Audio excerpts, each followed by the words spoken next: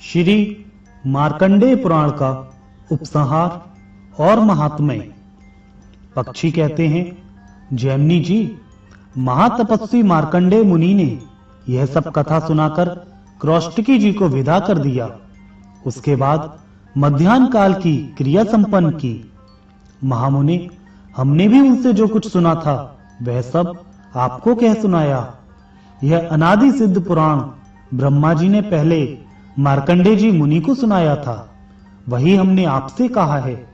यह पुण्यमय, पवित्र, आयुवर्धक तथा संपूर्ण कामनाओं को सिद्ध करने वाला है। जो इसका पाठ और श्रवण करते हैं वे सब पापों से मुक्त हो जाते हैं। आपने प्रारंभ में जो कई प्रश्न किए थे उसके उत्तर में हमने पिता पुत्र संवाद, ब्रह्मा जी के द्वारा रची हुई सृष्टि, मनु की उत्पत्ति तथा राजाओं के चरित्र सुनाए हैं। यह सब बात तो हम बता चुके, अब आप और क्या सुनना चाहते हैं?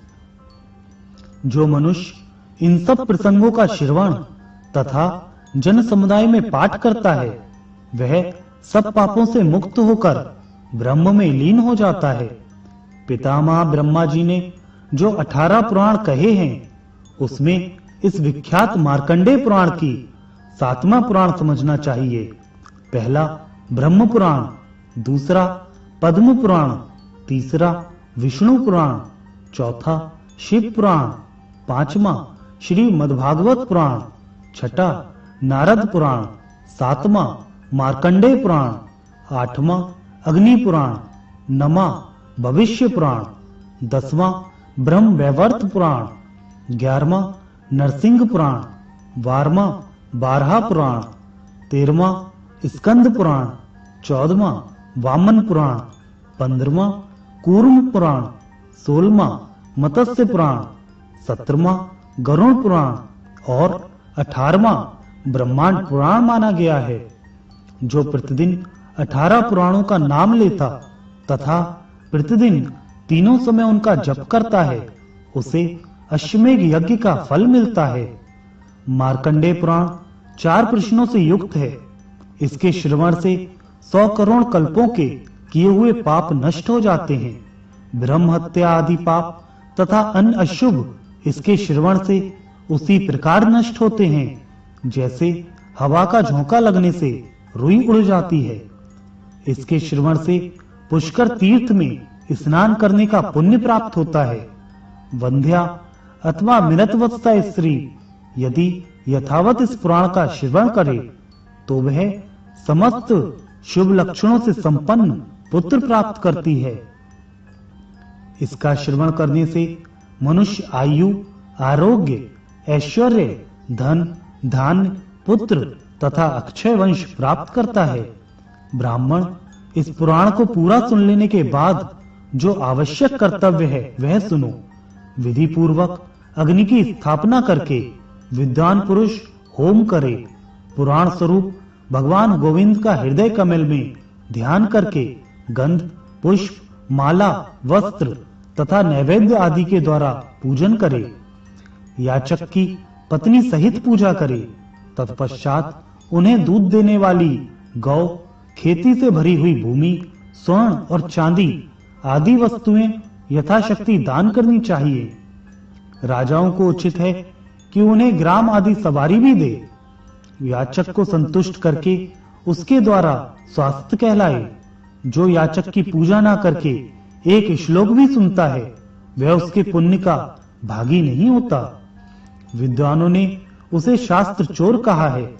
मार्कंडेय पुराण की समिति पर भारी उत्सव कराएं और सब पापों से मुक्त होने के लिए दूध देने वाली गौ दान करें। साथ ही सपत्निक ब्राह्मण को वस्त्र, रत्न, कुंडल, अंगा, पगड़ी, ओढ़ने बिछौने आदि सहित शैया, जूता, कमंडलू, सोने की अंगूठी, सप्तधान, भोजन के लिए कांसे की थाली और घृत पात्र दान करें। ऐसा करने से मनुष्य कृतकृत्य हो जाता है। जो उत्तम विधि के साथ इसका श्रवण करता है वह 1000 अश्वमेध और 100 राजसूय यज्ञों का फल पाता है। उसे न यमराज से भय होता है और न नरकों से। वह मनुष्य सब पापों से मुक्त होकर कृतार्थ हो जाता है। इस पृथ्वी पर उसकी वंश परंपरा सदा कायम रहती है तथा वह इंद्रलोक एवं सनातन ब्रह्मलोक में जाता है। वहां से पुनः च्युत होकर मनुष्य योनि में उसे आना नहीं पड़ता। इस पुराण के श्रवण से ही मनुष्य परम योग प्राप्त कर लेता है।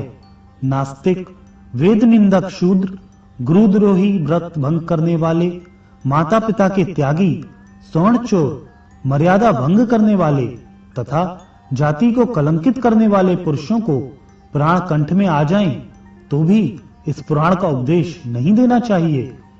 यदि लोग, मोह अथवा विशेषता भय के कारण कोई उक्त मनुष्यों को यह पुराण सुनाता अथवा पढ़ाता है तो वह निश्चय ही नरक में पड़ता है। जैमिनी बोले, पक्षियों, महाभारत में मेरे जिस संदेह का निवारण नहीं हो सका उसका निवारण आप लोगों ने मित्र भाव से किया है। ऐसा दूसरा कौन करेगा? आप लोग दीर्घायु, निरोग तथा उत्तम वृत्ति से युक्त हो। सांख्य योग में आपकी बुद्धि अविचल भाव से स्थित रहे। पिता के श्रापजनित दोष से जो आपके मन में दुख रहता है वह दूर हो जाए। यूं कहकर महाभाग जैमिनी उन श्रेष्ठ पक्षियों की प्रशंसा करते हुए अपने आश्रम पर चले गए। वे उन पक्षियों द्वारा किए हुए परम उदार उपदेश का सदा चिंतन करने लगे।